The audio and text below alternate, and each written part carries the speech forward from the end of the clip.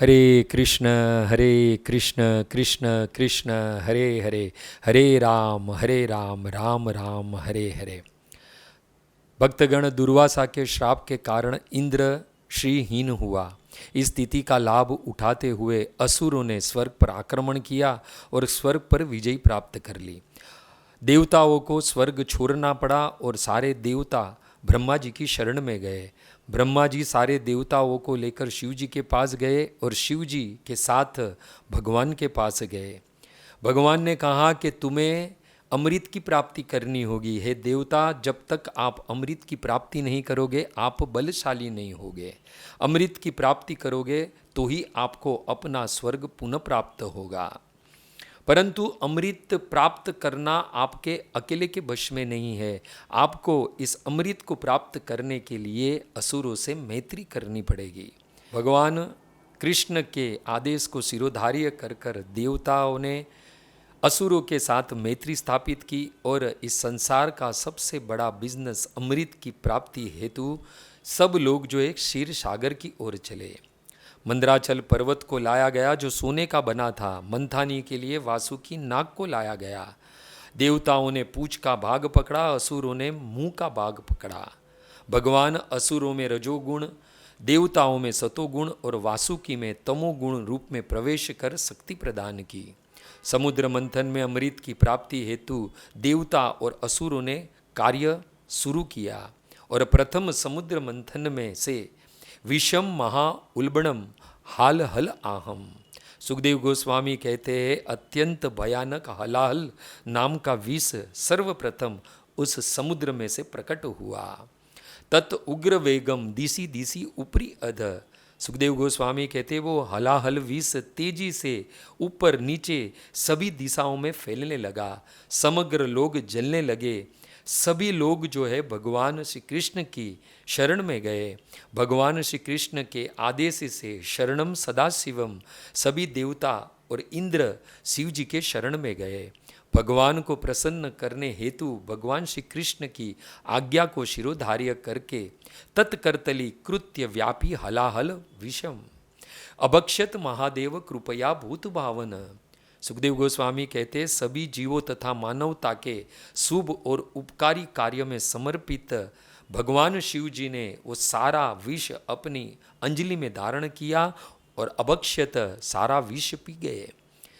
इस महान भयानक स्थिति से शिव जी ने देवता और असुरों को मुक्त किया। पुनः देवता और असुर गण दोनों में उत्साह बढ़ा और पुनः मंथन का कार्य शुरू हुआ। सुखदेव गोस्वामी कहते हवि ध्रानी तत अभवत। उस समुद्र में से सुरभि गाय प्रकट हुई। महान ऋषियों ने यज्ञ अनुष्ठान के लिए घी दूध दही अग्नि में आहुति दे सके इसलिए सुरभि गैया को प्राप्त किया। तत् उच्चेश्रवा नाम हय अभूत। तत्पश्चात उच्चेश्रवा नाम का घोड़ा प्रकट हुआ। चंद्र पांडुर जो चंद्रमा के समान श्वेत था। तस्मिन बलि सुप्राहम चक्रे। उस घोड़े को प्राप्त करने की कामना असुरों के राजा बलि में उत्पन्न हुई और भगवान की ही आज्ञा से वो घोड़ा बलि महाराज ने प्राप्त किया। हे परीक्षित, तत् ऐरावतो नाम विनिग्रत।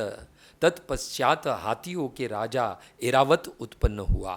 उसके बाद अन्य बड़े बड़े 8 हाथी भी साथ में प्रकट हुए और 8 दिशाओं में फैलने लगे। उसके साथ साथ 8 हथिनी भी जो है वो प्रकट हुई। वह सभी हाथियों के राजा ऐरावत को इंद्र ने प्राप्त किया। कौस्तुभम आख्याम अभूत। कौस्तुभ मणि उत्पन्न हुआ। वक्ष अलंकरणे हरि। भगवान हरि ने विष्णु ने उस कौस्तुभ मणि को अपने वक्ष स्थल पर सुशोभित किया। तत् अभवत परिजात। उसके बाद परिजात पुष्प प्रकट हुआ। तत् अप्सरस जाता। उसके बाद अप्सराएं प्रकट हुई। ततच आविर्भूत साक्षात श्री रमा। साक्षात धन की देवी रमा लक्ष्मी प्रकट हुई। सुखदेव गोस्वामी कहते हैं परिचित रमा ववरे वरम मुकुंदम। लक्ष्मी देवी ने भगवान मुकुंद को पति के रूप में स्वीकार किया। उसके बाद अथ आसित वारुणी देवी कमल लोचना। उसके बाद उस समुद्र में से कमल नयन वाली वारुणी देवी प्रकट हुई। हरे अनुमतेन भगवान हरि की अनुमति से बलि महाराज इत्यादि असुरों ने उसे अपने अधिकार में ले लिया। मुनि कश्यप के पुत्र असुर और देवता ने पुनः समुद्र मंथन शुरू किया। कामना क्या थी? अमृत अर्थ भी, अमृत को प्राप्त करने के लिए। उस वक्त सुखदेव गोस्वामी कहते हैं, उदतिष्ठत पुरुष परम अद्भुत। उस समुद्र में से एक अत्यंत अद्भुत पुरुष प्रकट हुआ। वह अद्भुत पुरुष का रूप कैसा था? दीर्घ पीवर 2 दंड, लंबी लंबी बलिष्ठ भुजाएं थी, कंबु ग्रीव अरुण ईक्षण, शंख जैसी गर्दन और 3 रेखाएं थी गले में, और साथ ही साथ लाल लाल आंखें थी। श्यामल तरुण, रंग सावला और अत्यंत तरुण था। स्त्रग्वी सर्व आभरण भूषित, गले में पुष्पों की माला तथा नाना प्रकार के आभूषणों से सुशोभित था। पीतवासा, चौड़ा वक्षस्थल और पीले वस्त्र धारण किए हुए था। सुमृष्ट मणिकुंडल, मोतियों से बने कुंडल पहने हुए थे। कुचित केस अंत, सुंदर घुंघराले काले घने बाल थे। सुभग सिंह विक्रम, अत्यंत सुगठित शरीर, सिंह के समान बलवान थे। वलय भूषित, जिसकी बाजू बाजूबंदों से सुशोभित हो रही थी। और सुखदेव गोस्वामी कहते, अमृत आपूर्ण कलशम विब्रत, हाथ में अमृत से पूर्ण कलश को लिए हुए समुद्र से प्रकट हुआ। तो यह दिव्य पुरुष कौन था? सुखदेव गोस्वामी कहते हैं, परिचित इज्य भाग आयु वेद दक, देवताओं के रूप में यज्ञों में भाग पाने अधिकारी तथा औषधि विज्ञान में अत्यंत पटु निपुण था। सवे भगवत साक्षात विष्णु अंश अंश संभव, और वह और कोई नहीं भगवान विष्णु के स्वांश का स्वांश थे। धन्वंतरी इति इख्यात, जो धन्वंतरी नाम से प्रसिद्ध हुए। भक्तगण, इस कार्तिक मास की त्रयोदशी के दिन ही धन्वंतरी भगवान का प्राकट्य हुआ। भक्तगण, सुखदेव जी कहते हैं, अमृत आपूर्ण कलशम विभ्रत, अमृत से भरे कलश को लेकर ये पुरुष भगवान धन्वंतरी प्रकट हुए। वह अमृत के गुण क्या थे? जरा व्याधि से मुक्त करने वाला था, और देवता और असुर दोनों जरा व्याधि से मुक्त होना चाहते थे।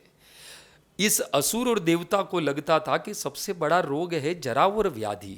इस रोग से मुक्त होने के लिए अमृत अर्थ भी, ये समुद्र मंथन किसके लिए किया जा रहा था? अमृत की प्राप्ति के लिए, कि अमृत का पान कर कर हमें जरा व्याधि से मुक्त हो जाए। परंतु भक्तगण, ये जरा व्याधि छोटा रोग है।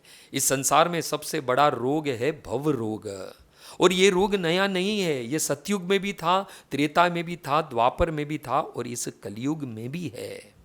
तो यहाँ एक प्रश्न उठ सकता है कि आखिर ये भव रोग क्या है? भव रोग यानी बार बार जन्म लेना, बार बार मृत्यु होना, यही भव रोग है।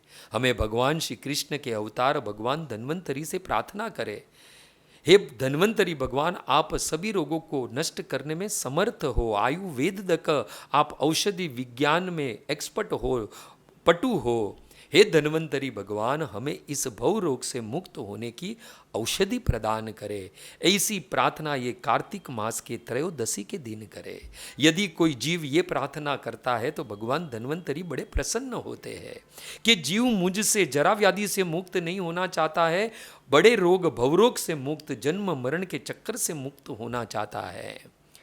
तो भगवान धन्वंतरी बड़े प्रसन्न होकर इस भव रोग से मुक्त होने की औषधि प्रदान करते हुए कहते हैं, अच्युतानंद गोविंद नामोच्चारण भेषजात, नश्यन्ति सकल रोगा, सत्यम सत्यम वदाम्यहम्।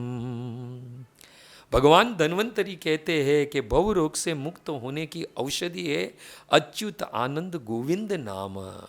इस महान भव रोग की औषधि है हरि नाम, भगवान का नाम। मैं सत्यम सत्यम वदाम्य हम, मैं सत्य कह रहा हूँ, मैं सत्य कह रहा हूँ। तो इस जन्म मृत्यु के इस भव रोग से मुक्त करने की यदि कोई औषधि है तो एक और एकमात्र हरि नाम है। इन धनतेरस के दिन हम धन की तो बड़ी बड़ी कामना करते हैं, परंतु यह धन तो एक ना एक दिन हमें छोड़कर चले जाने वाला है। तो ऐसा धन न कमाइए जो मृत्यु के बाद भी हमारे साथ में रहे। तो यहाँ पर एक प्रश्न उठ सकता है कि ऐसा कोई धन है जो मृत्यु के बाद भी हम हमारे साथ में लेकर जा सकते हैं? तो हाँ, वो धन है। वो धन कौन सा है?